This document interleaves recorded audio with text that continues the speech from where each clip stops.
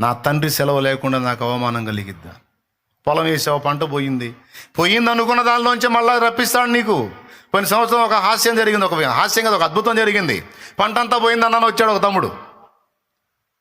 నేను విశ్వాసాన్ని బట్టి నేను ఎప్పుడు ధైర్యం, నాకు దేవుడు కార్యం చేస్తాడు. అంతా పోయింది అనుకుంటా వచ్చిన తమ్ముడికి ప్రార్థన చేసి చెప్పాను, నేను పోయింది అనుకున్న దానిలో నుంచే నీ పెట్టుబడి వచ్చింది, నీకు లాభం కూడా వచ్చింది పో అన్నా. పోయిన దానిలో ఇంకేం వచ్చింది? ఈ మాట నేను అతడితో చెప్పినందున అతడు ఆ మాట నమ్మినందున పోయిందనుకున్న చేను తిరిగి పండటం మొదలుపెట్టింది.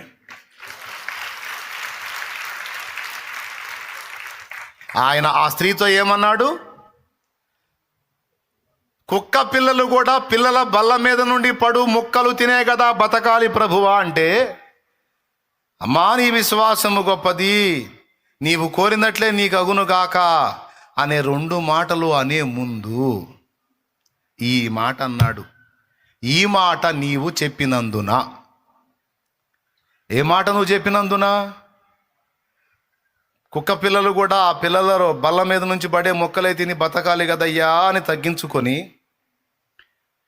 విశ్వాసాన్ని కనపరిచి ప్రభువుని గౌరవించినందున, ఈ మాట చెప్పినందున,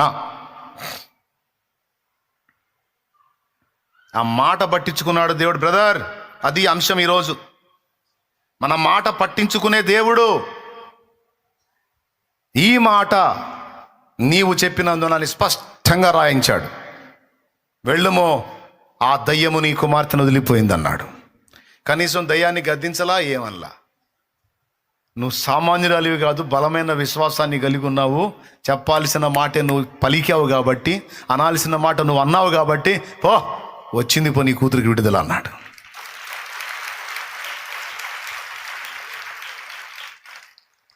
అమ్మా నీ విశ్వాసము గొప్పది, ఈ మాట నీవు చెప్పినందున ఇదిగో నీవు కోరినట్లే నీకు అగును గాక. అక్కడ 2 మాటలు రాశాడు, ఇక్కడ 2 మాటలు రాశాడు. అమ్మా నీ విశ్వాసం గొప్పది, నీవు కోరినట్టు నీకు అగును గాక అక్కడ మత్తయి సువార్తలో. మార్కు సువార్తలోనేమో ఈ మాట నువ్వు చెప్పినందున ఆ దయ్యము నీ కుమార్తెను వదిలిపోయింది పో. మొత్తం కలిపితే 4 మాటలు అక్కడ. ఆ పుస్తకం ఈ పుస్తకం కలిపి చదివితే. అందుకే అన్ని కలిపి చదువుకోవాలని చెప్పేది. స్తోత్రం. ఏ మాట చెప్పాలి? ఏ మాట చెప్పింది? కుక్క పిల్లనే అనుకోయా, నా పిల్ల కుక్క పిల్ల అనుకో, నేను కుక్కనే అనుకో, పర్వాలేదు. మరి మేం బతకాలంటే కూడా నీ దయ కావాల్సిందే అయ్యా. నువ్వు దేవుడు అయినప్పుడు పిల్లలని పట్టించుకునేది నువ్వే, కుక్క పిల్లలను పట్టించుకోవాల్సింది నువ్వే, అరచు పిల్ల కాకులకు అంత ఆహారం పెట్టాల్సింది నువ్వే నా దేవా. ఇంకెవరు పెడతారయ్యా? మరి ఇంకెవరు పెడతారు చెప్పు? నీ బాధ్యతే అయ్యా. వాళ్ళు బతకాలన్నా మేం బతకాలన్నా నువ్వు అందరికీ ప్రభువి కదా, నువ్వు అందరికీ దేవుడు. బాబా ఎంత విశ్వాసపు వాక్కు పలికిందో చూడ. నువ్వు యూదులకే దేవుడా, సరే పో అని పోలా. నువ్వు అందరికీ దేవుడు అని పలికిందాం. అది అక్కడ యేసుప్రభు ఆశ్చర్యపోయిన విషయం. ఆ పిల్లల్ని చేసింది నువ్వే, కుక్క పిల్లలు అని అన్నావు చూడు మమ్మల్ని, అన్యుల్ని. మమ్మల్ని చేసింది కూడా నువ్వే. మంచివారి మీదనో చెడ్డవారి మీదనో సూర్యుని ఉదయింపజేస్తున్నవాడా, వర్షాన్ని కురిపిస్తున్నవాడా, అందరికీ నువ్వేగా సహాయకుడివి. నువ్వు చేయని సాయం ఎక్కడి నుంచి వచ్చింది తండ్రి? స్టన్ అయిపోయాడు యేసయ్య. వండర్ఫుల్. గొప్ప విశ్వాసాన్ని కనపరిచావు. ఈ మాట నువ్వు చెప్పినందున అది వదిలిపెట్టి వెళ్ళిపోయింది పో, నువ్వు కోరినట్టు అయింది పో అన్నాడు. అన్నా నా పంట అంతా పోయిందన్నా పోయిందన్నా. తమ్ముడా భయపడద్దు, అందులో నుంచి నీ పెట్టుబడి తెలియదు, నీకు లాభం కూడా వచ్చింది. నేను ప్రార్థన చేస్తా తమ్ముడా, నేను ప్రార్థన చేస్తా తమ్ముడా. పోయింది అనుకున్న దానిలో నుంచి దేవుడు మళ్ళీ చిగుర్లు మొలిపించి మోడులను మళ్ళీ చిగురింపు చేసి నీకు పంట వచ్చేటట్టు చేస్తాడు తమ్ముడా. ఈ మాట నేను చెప్పినందున అతడు నమ్మినందున మళ్ళా మిరగాయలు టిక్కి వేసుకొని వచ్చాడు. దేవునికి స్తోత్రం కలుగునుగా. నేను చెబితే వాళ్ళకి నమ్మకాలు ఉండవు. టెట్ట జరిగిద్దిలే, అలా ఎలా ఇద్దిలే, ఏదో ఆయన పాస్టర్ కాబట్టి సేవకులకు కొన్ని సలహాలు చెప్తా. విశ్వాసులో కొన్ని సలహాలు చెప్తా, అవి అసంభవమైనవి, కానీ దేవుడు చేస్తాడు పో అంట, అంతే. నువ్వు ఆ మాట తీసుకొని వెళ్ళిపోవాలి. చెప్పింది చెప్పినట్టు చేయాలి. నువ్వు ఇక్కడ కాదు అక్కడ చేయపో సేవ అంట, పోయి చేయాలా. దేవుడు ప్రేరణ పట్టింది పలుకుతా, నువ్వు చేయాలా, నువ్వు నెరవేర్చాలా ఆ పాయింట్ని. చేసి చూడాలా, చేసి రావాలా నా దగ్గరికి. అది చెయ్యరే. ఒక దగ్గర సేవ చేయరా అంటే ఇంకొక దగ్గర చేస్తానంటాడు. నీ ఎట్టోరు తెలియతా చూస్తానే గడుపు.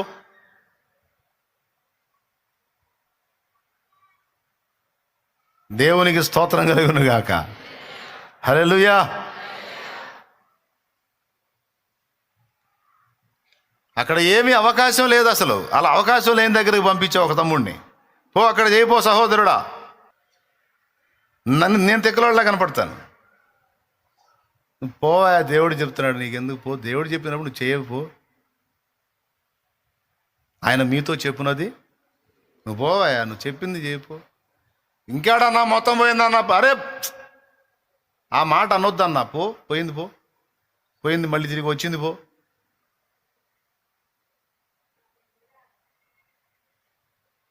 నా దేవుడు కార్యం ఖచ్చితంగా చూస్తావు. నువ్వు తగ్గిద్ది పో, ఆయన చూస్తాడు, స్వస్థత కలిగిద్ది పో, అంతే. ఇక దానికి గుండెల నిండా తీసుకోవాలి, దేవునికి స్తోత్రం అనుకోవాలి. గుర్తుపెట్టుకోండి నాయనలారా, అయ్యలారా, మీకు దండం పెడతానా, అమ్మలారా. ఇది ఎట్లా ఇది అనవద్దు నా దగ్గర. అయ్యిద్ది, దేవుడు చేస్తాడు పో అన్నప్పుడు ఆమేన్ అనుకుంటూ వెళ్ళిపోవాలను, అంతే.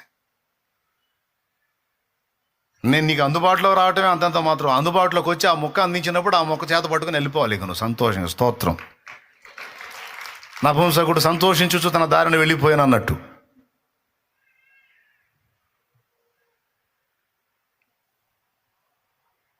అది దైవజనుడి మాట తీసుకోపోతే ఎట్లా అండి?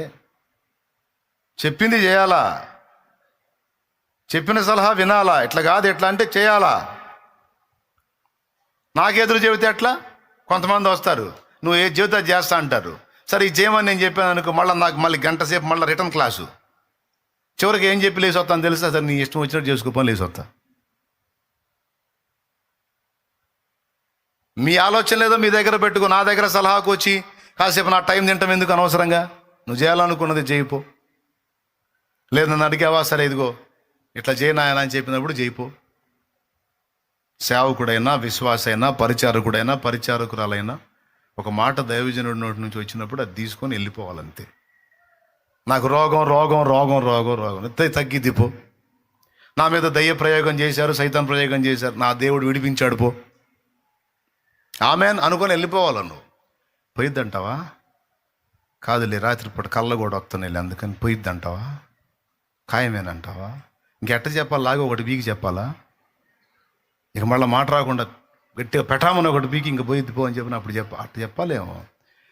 అన్యులైతే అంతే చేస్తారు, వంగదీసి బెయ్యమని ఈపిన బాధ ఇంక పోయింది పో అంటారు. అంతలా దెబ్బ కొట్టి చెప్పాలేమో. నా చేతితో పడిందంటే ఇంక లేవను కూడా లేవరు. దేవునికి స్తోత్రం కలుగును గాక. హల్లెలూయా. అట చెప్పాలా? ఈ మాట నేను చెప్పినందున అతను నమ్మినందున దేవుని కార్యం జరిగింది. చెప్పాలి. యేసయ్యతో చెప్పింది ఆ మాట. యేసయ్యతో చెప్పాలి, చెప్పాల్సిన మాటలు చెప్పాలి, పలకాల్సిన మాట పలికింది. ఒక్క దెబ్బతో అన్ని సంవత్సరాల సమస్య పోయింది. కూతురు ఫ్రెష్గా ప్రశాంతంగా మంచం మీద హాయిగా హ్యాపీగా ఉండిపోయింది.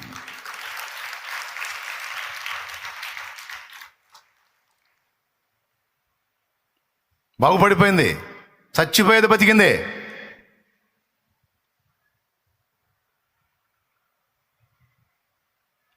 నీ ఇంటి వారితో చెప్పాలి. నువ్వు యేసయ్యతో మాట్లాడాలి, సైతాను గాడితో మాట్లాడాలి, నీ ఇంటి వారితో చెప్పాలి, నీ మనసు కూడా నువ్వు చెప్పాలి. నువ్వు చెప్పే మాటలను దేవుడు పట్టించుకుంటున్నాడు, గుర్తుపెట్టుకో.